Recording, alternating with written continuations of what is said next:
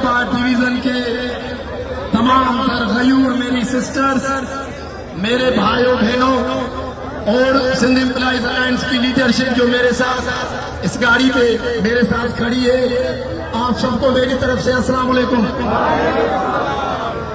میرے دوستوں، میری بہنوں اور بھائیوں، آج یہ ہزاروں کی تعداد میں یہ سیٹ، یہ سمندر سندھ گورنمنٹ دیکھتی ہوگی اور سندھ امپلائیز الائنس کے پلیٹ فارم پہ ہم نے ڈیمانڈ کی تھی کہ سندھ کے ملازمین کی سیلری 70% بڑھائی جائے۔